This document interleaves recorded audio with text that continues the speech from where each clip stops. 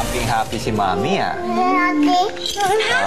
Sa loob ng 2 taon, sila ang naging kasalo natin sa tanghali. At hanggang ngayon, walang sawa nating sinusubaybayan ang bawat pagsubok, tagumpay, at kanilang kwento ng inspirasyon. Kaya naman sila ang nagsilbing salamin at huwaran ng isang pamilyang Pilipino. At ang phenomenal hit show na Be Careful With My Heart, nagsilbi ring daan para maging bukang bibig ngayon ng bawat tahanan ang pangalan ng 2 sa lead stars nito, sina Jody Santa Maria at Richard Yap. Gaya ni Maya at Sir Chief, na tutok sa pag-aalaga ng kanilang lumalaking pamilya. Hindi hadlang kina Jody at Richard ang kanilang busy schedule para bigyan ng kaukulang panahon at pagmamahal ang kanilang sariling pamilya at mga mahal sa buhay. Kita namin talaga yung Jody Santa Maria side na bukod sa pagiging artista, bukod sa pagiging mabuting kasama sa set, yung pagiging nanay hindi talaga mawawala. Kasi ang Maya, di ba, masyadong lahat positive. Oo, lahat may paraan. Ganon din naman si Jody Santa Maria. Nakikita ko sa anak niya. Masyado siyang hands-on. Sir Richard naman, malalaman mo talaga. Kasi yon kahit sa ang bagay mo talagang he's a family man. Especially kay Mama Chen at saka sa mga bata. Oo, yung mga protective talaga. At saka yung mga pati mga surprises. Kung ano man, halimbawa, pag ikaw ay isang debutante, di ba? Syempre, ang mas gusto mo yung meron kang party and all.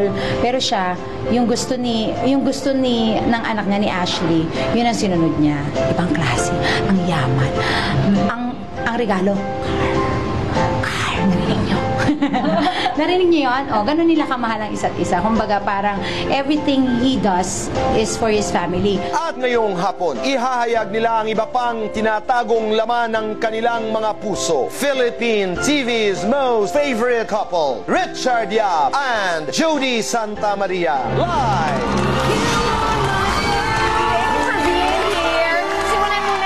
Bukas ang distribution ng tickets? Yes, tomorrow magdi-distribute na po kami ng tickets para sa I Heart You Too, the Thanksgiving concert sa ABS-CBN Center Road po yan from 10 a.m. to 5 p.m.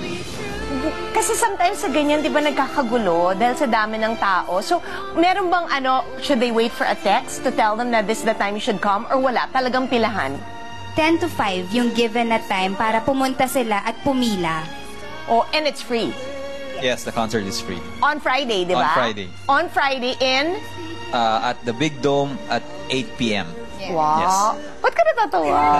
Ang ganda-ganda mo ngayon, Chos. Thank you. Napaproud ako sa ganda mo ngayon. Kasi parang talaga, nag-blossom ka ng bongga. Salamat. Motherhood becomes her. Oo. Can I ask, ano yung car? Chismosa lang tayong lahat, di ba narinig na instead of a debut, car, which is actually more practical because kung tutuusin, halos pareho yung gagastusin. Yes. And at least itong car, pang matagalan magagamit her entire college life. Is it the one you're endorsing? Kasi may brand ka ini-endorse di ba, ng sasakyan? Yeah. Pero hindi, iba yung gusto mo. Mas mahal? Hindi naman. It's a practical choice also. Pahambol. Sabihin ko na. Ikaw na magsabi. SUV or ano? No, it's a... Sabihin mo na, Benz. It's a Benz? Diba? Oh my God! It's a bench. Wow! No, but I think I agree with him Nagsusumikap tayo talaga to give the best to our kids. And diba, wasn't she valedictorian? She was top in the class. Pilot, usually in pilot class from in her high school years. Ano ibig sabihin ng pilot class? Sila yung honors class. First section. And was she honors din sa pilot class? May time na top 1 siya. Wow! Pero, deserve talaga niya yung sasakyan. Pero? That was her, instead of a party or a debut, it was more practical for her na gusto niyang car because you'll spend almost the same. This has truly changed your lives, di ba? Itong 2 taon na sinubaybayan, tinangkilik, and talaga na-obsess ang mga Pinoy sa Be Careful. In what sense, Jude, sa'yo, nabago ang buhay mo in these 2 years? Marami, Chris yung show nag-open ng napakaraming opportunities Super. para sa akin na hindi ko na inakala na posible pa para sa karera ko at sa buhay ko.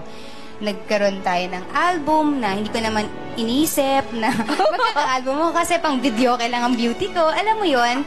Tapos ang dami pang iba. Nagkaroon ng concert, may world tour, Billboards, dami billboards, endorsements. So, God has really been good. Yes. Yes, Yung ano, All the time. pag nakikita mo sila ni Mama Chen, ni Melody, di ba it makes you believe na even if this is your profession, it's possible to have a happy home life.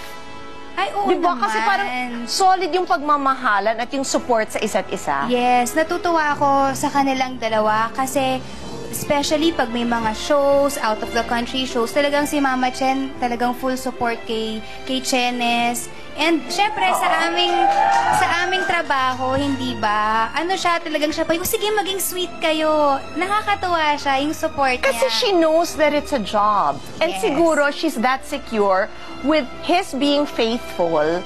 Kaya siguro, di ba, I'm sure in your married life, baka wala kang kanotihan na ginawa. Kaya, kampante siya. Hindi, kasi it's Ay, hindi. we've been William together. Bautista, We've been Richard. together for a very long time. We've been through all the ups and downs. Also, we've been through good times and bad. So we have a good foundation. So I think that's the secret to a marriage talaga. A good foundation. You trust each other and you support each other in whatever you do. But how do you answer when the women tell you na, Uy, Papa Chen, anakan mo ko. Di ba parang, how do you answer something like that? And I know that you get that a lot. Not really. you just Pero narinig mo na yun. Yeah, you just have to smile. Smile! Ayun lang ang sagot ko. Wala akong masasagot. Hindi mo sasabihin, huwag na lang. Ay, hindi ka na. Mahirap sagutin. Oh, kasi, they might, it just might be a joke, So, Ah, okay. if you say, if you treat it seriously, they might say na, ang ano mo naman, Uy, jokes are siniseryoso half mo. meant. Pero yung heartthrob status, paano minemaintain yan? Hindi ako yun. Oo, hindi. Kasi parang, do you work out? Do you have time to work out? Yes, Obviously, ang I ganda have ng to. kutis mo talaga. Gagawin ko rin yung ginagawa mo. Anong pag-aalaga? Well, you really have to watch your diet and then you really have to go to the gym also. Kahit na minsan we're taping 4 or 5 times or we have work 4 or 5 times a week or minsan until Saturday, I make it a point na I go at least once a week if I can't go the other times. You have a healthy relationship with a dad of 30? Oh, yes. Okay kayo? Yung Oo, in-invite ko nga siya sa concert. Huh? Oo naman. Manonood daw siya? Siguro pinag-iisipan ko. Hindi. Maayos kami. Oo, di ba? Salamat sa Diyos. Kasi di ba kailangan mong gawa ng effort na maging maayos kayo para okay Oo, anak? For 30. Yes. Tsaka, para lumaki ng maayos din yung sitwasyon. Para sa bata din. Nice. Yun, with how busy you are, paano mo siya natututukan? Kasi sa nakikita ko naman, tutok. Oo, kailangan lang, kasi commitment mo yan, responsibilidad at obligasyon mo sa anak mo. Hindi po pwedeng, hindi kasi busy ako Tama. So, hindi siya rason. May mga, for example, kung alam ko magiging sobrang busy ako, ine-explain ko sa anak ko na, babe, I'll be very busy next week. I hope you understand. So, I communicate with him. I tell him everything. Tapos, he understands naman. And then, I make bawi talaga. Anong last bawi? So, kasi he loves to travel. So, what we Anong do last talaga... na biyahe nyo? Kung ito sasakyan, nag-travel sa'yo kami. biyahe. Saan ba kami huling Natuloy ba yung nagpunta? Disney cruise? Because you were asking me about it. Natuloy kami sa States, oo. Oo. 2 weeks kaming nandun. So, sinuyod namin ng Disney World, ng Florida. So, enjoy naman siya. And seeing him happy makes me very happy. Tama. Yun talaga yun, di ba? But now, since you've made so many people happy, invite all of them to join you for further happiness on Friday. Yes, we'd like to invite everybody to please watch Be Careful with My Heart. I Heart You too. Be careful with my heart. Thanksgiving anniversary, sorry. Okay lang. Kanina pa kayo kumakanta, naintindihan ko. Yes, sa July 25 na po yan, 8 p.m. sa Araneta Coliseum. So, magkita-kita po tayo mga kapamilya. Ilan songs ka, Judes? Ano ba? Ilan ba? Ewan ko. Parang may mga 6 or 7. Wow! Grabe! May Bongga. pa-G-Force pa to. So, talagang... Sasayaw ka? Ano yung sayaw mo? Si Rayanne ba? Kasayaw mo is the nicest. Well, Yung mga stallions kasama? merong G-Force, di ba? Oo. Sila. So, paano may Rihanna prod? Kaya alam nyo na kung anong suot din niya. Oh my God! Talaga? So, wala lang. Para maiba lang. Di ba? Minsan lang tong oportunidad na to. So, Naman. bonggahin na natin. Ay, bongga. Flowers for you. Thank you, Chris. Meron kayong mga gustong pasalamatan? Well, we'd like to thank everybody who's still supporting us until now. It's been 2 years, and all the fans have been supporting Be Careful With My Heart, but we're still on air until maybe the end of the year. So, Wow! thank you so much. And, of course, we'd like to thank ABS-CBN and all the bosses and Statement yung production. until the end of the year. And Kakarenew lang niya ng kontrata, di Oo ba? nga, ikaw talaga. Oo. Well, iniimbitahan din po namin ng lahat na bumili ng Be Careful With My Heart, Baby Magazine, at ng Be Careful With My Heart, The Lullaby Album. Available na po yan sa lahat ng record Ay, stores. cute. O yun. And ano, good luck sa Private Benjamin too. Oh, thank you, and good Be luck good sa to Bimba. Feng Shui too also. No, okay lang. Mas importante sa akin kayo. Kaya mas importante. Dumidend mo talaga sa sarili. Happy birthday kay Tito Vic, hubby of Tita Mary Ann of Peña in the States. And Eric John, salute, where are you? Happy birthday, EJ! Happy birthday! We love you! Be generous to him sa birthday niya. Kasi we love him so much.